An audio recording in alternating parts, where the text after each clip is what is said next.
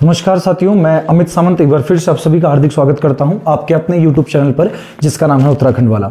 साथियों, जैसा कि आप सभी को पता है कि हमारी जो सीरीज़ है संज्ञा की वो आगे चल रही थी और आज उस सीरीज़ का अंतिम वीडियो आएगा। ठीक है, आज हम कुछ नई चीज़ें सीखेंगे। ठीक है, तो आप लोग पहले एक लाइन छोड़ के जहाँ तक आप पहुँचे थे उससे एक लाइन ड्रॉप करके हेडिंग डालिएगा। इसमें लिखिए व्यक्तिवाचक संज्ञा का जातिवाचक संज्ञा के रूप में प्रयोग।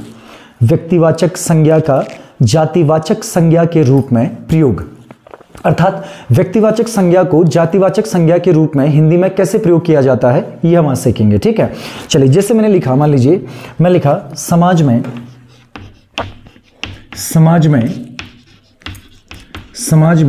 रावणों की कमी नहीं है। समाज में रावणों की कमी नहीं है। ठीक है, समाज में रावणों की कमी नहीं है।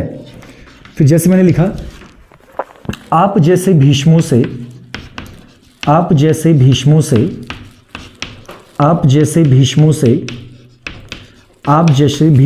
वीरता कायम है। आप जैसे भीष्मों से वीरता कायम है। आप जैसे भीष्मों से वीरता कायम है। वीरता कायम है। और जैसे एक और ले लिया कि तुम जैसे जयचंदों से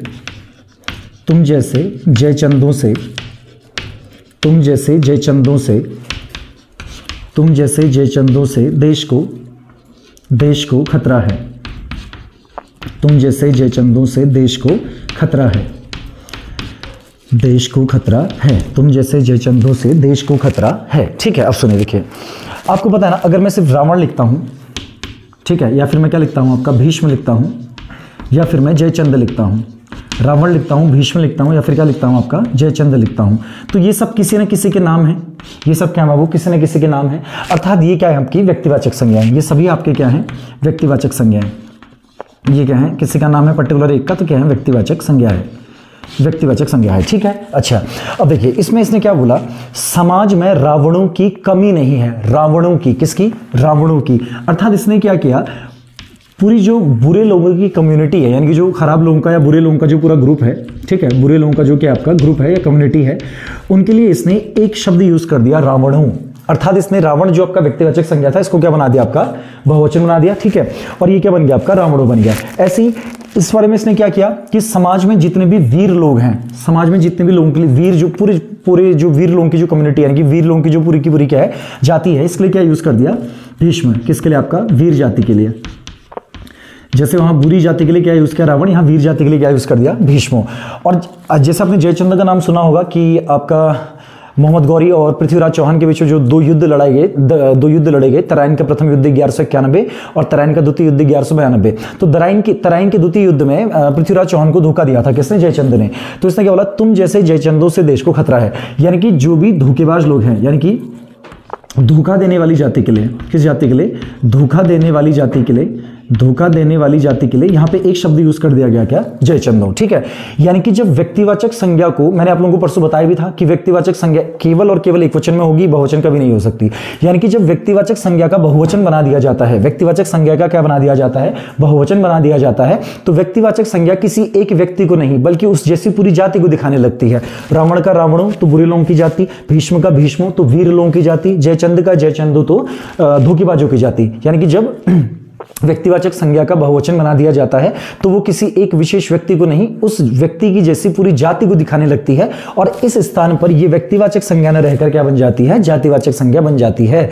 अर्थात जब भी व्यक्तिवाचक संज्ञा का बहुवचन बनाया जाएगा तो वो किस तरह से व्यवहार करेगी, आपका जातिवाचक संज्ञा के रूप में व्यवहार करेगी। ठीक है, तो आपने हिंट डाला था क्या, व्यक्तिवाचक संज्ञा से जातिवाचक संज्ञा बनाना। डैश कीजिए और पहले इसका पॉइंट बना के लिखिए, इसके नीचे पॉइंट बना के लिखिएगा। लिखिए यदि व्यक्तिवाचक संज्ञा किसी विशेष व्यक्ति का बोध न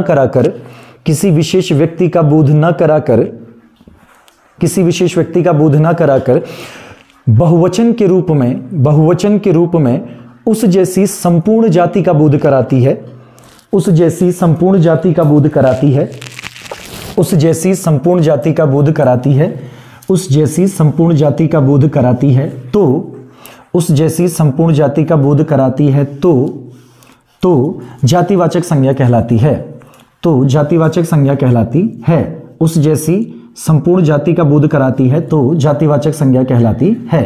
क्या कहलाती है बाबू? जातिवाचक संज्ञा कहलाती है। और अब ये तीनों ही एग्जाम्पल लिख लीजिए, ठीक है।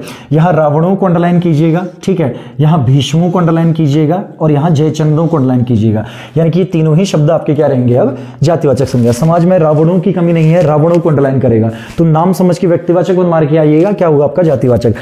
आप जैसे भीष्मों से वीर तक आए, भीष्म अंडरलाइन क्या आपका? व्यक्तिवाचक। तुम जैसे जयचंदों से देश को खतरा है, जयचंदों को अंडरलाइन किया, क्या आपका? व्यक्तिवाचक। हाँ, अगर केवल रावण, केवल भीष्म या केवल जयचंदो होता तो आपका क्या होता? व्यक्तिवाचक। लेकिन अगर इनका बहुवचन प्रयोग कर दिया गया तो क्या बन गया आपका? जातिवाचक। इतना आप लोग नोट कीजिएगा, ठीक है। इसके बाद आगे बढ़ते हैं, चलिए।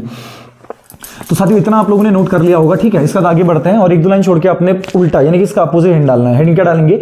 जातिवाचक संज्ञा से व्यक्तिवाचक संज्ञा का निर्माण। आपने हिंट डालना है जातिवाचक संज्ञा से व्यक्तिवाचक संज्ञा का निर्माण। जातिवाचक संज्ञा से व्यक्तिवाचक संज्ञा का निर्माण। जातिवाचक संज्ञा से व्यक्तिवाचक संज्ञा का निर्माण लिखिए या रचना, जो भी आप लोग लिखते हैं, ठीक है। चलिए डैश कीजिए, पहले इसके आगे पॉइंट बना के लिखिएगा। लिखिए जब जातिवाचक संज्ञा, ऐसे लिखिएगा, यदि जातिवाचक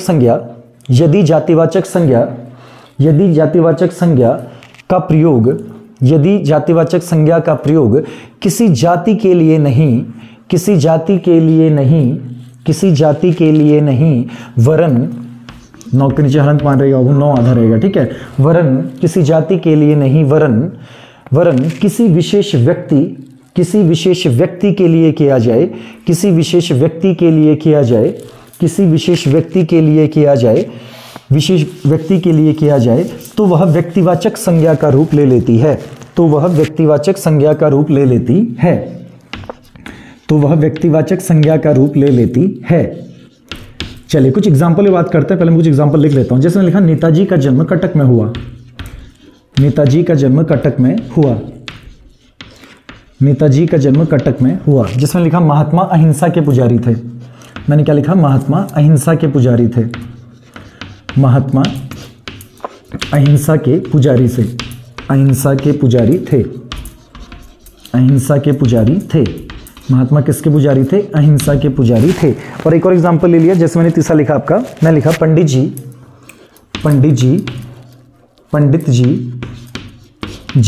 देश के प्रथम प्रधानमंत्री थे। देश के प्रथम प्रधानमंत्री थे। देश के प्रथम प्रधानमंत्री, पीएम कर लेते, ठीक है, प्रधानमंत्री थे। चलिए अब सुनिए, देखिए, जैसे यहाँ लिखा है आपका नेताजी, यहाँ क्या लिखा है? महात्मा, यहाँ क्या लिखा है? पंडित जी, ठीक है। अब सुनिए, अगर मैं सिर्फ नेता बोलता हूँ ना, तो नेता एक जाति को दिखाता है। किसकी जाति को? जो लोग नेतृत्व करते हैं, यानी कि जो लोग लीडरशिप करते हैं, यानी कि नेतृत्व करते हैं, उनकी जाति क्या है? नेता, ठीक है। जैसे मैंने महात्मा बोला, तो महात्मा आपका जाति को दिखाता है। किन लोगों की जाति को? जो लोग पूजा पाठ में विश्वास रखते हैं, ठीक है। किस विश्वास रखते हैं? आपका पूजा पाठ में विश्वास रखते हैं, ठीक है। अच्छी अच्छी बातें समाज को सिखाते हैं, तो उनके लिए क्या वर्ड आता है आपका? महात्मा। और ऐसे ही जैसे अगर मैं पंडित की बात करता हूं, तो पंडित भी आपका बिल्कुल ऐसे ही एक जाति को दिखाता है। जो लोग पूजा पाठ करते हैं उनकी जाति को दिखाएगा कौन? आपका पंडित, ठीक है। तो मैं ये बोल रहा हूं कि ये तीनों ही शब्द आपको जातिवाचक संज्ञा के रूप में दिखेंगे। किस रूप में दिखेंगे? जातिवाचक संज्ञा के रूप में। लेकिन अगर आप इन तीनों वाक्यों को पढ़िए, ठीक है, अगर हम इन तीनों वाक्यों को पढ़ते हैं, पहले के जो हमने 3 वाक्य लिखे हैं शुरू के, ठीक है। नेताजी का जन्म कटक में हुआ। बताइए, क्या इस दुनिया का हर नेता कटक में पैदा हुआ? नहीं ना। तो नेताजी यानी कि किसकी बात की जा रही है? सुभाष चंद्र बोस की। किसकी बात की जा रही है? सुभाष चंद्र बोस की, ठीक। अच्छा, दूसरा, महात्मा अहिंसा के पुजारी थे, यानी कि किसकी बात कर रहा है? महात्मा गांधी की। तो महात्मा अहिंसा के पुजारी थे, मैं इसका अभी भी तो महात्मा अहिंसा के पुजारी है ना, यानी कि अभी भी वर्तमान में जितने भी महात्मा लोग होते हैं सब अहिंसा में ही मानते हैं। लेकिन ये बोल रहा है कि महात्मा अहिंसा के पुजारी थे, किसी एक पर्टिकुलर के लिए बोल रहा है, ठीक है, किसी विशेष के लिए। तो महात्मा निकनेम से कौन जाने जाते हैं? आपके महात्मा गांधी। किसकी बात कर रहा है? आपका महात्मा गांधी की बात कर रहा है, ठीक है। महात्मा गांधी की बात की जा रही है। और यहां बोल रहा है पंडित जी देश के प्रथम प्रधानमंत्री थे। अब मंदिर में घंटी वंटी बजाने वाले या पूजा पाठ करने वाले पंडित जी की बात नहीं कर रहा ना। पंडित जी यानी कि किसकी बात की जा रही है? जवाहरलाल नेहरू। किसकी बात कर रहा है? आपका जवाहरलाल नेहरू की बात कर रहा है, जेएल नेहरू जी की बात कर रहा है, ठीक है। जवाहरलाल नेहरू, यहाँ कौन? आपके महात्मा गांधी, और यहाँ कौन? आपका सुभाष चंद्र बोस।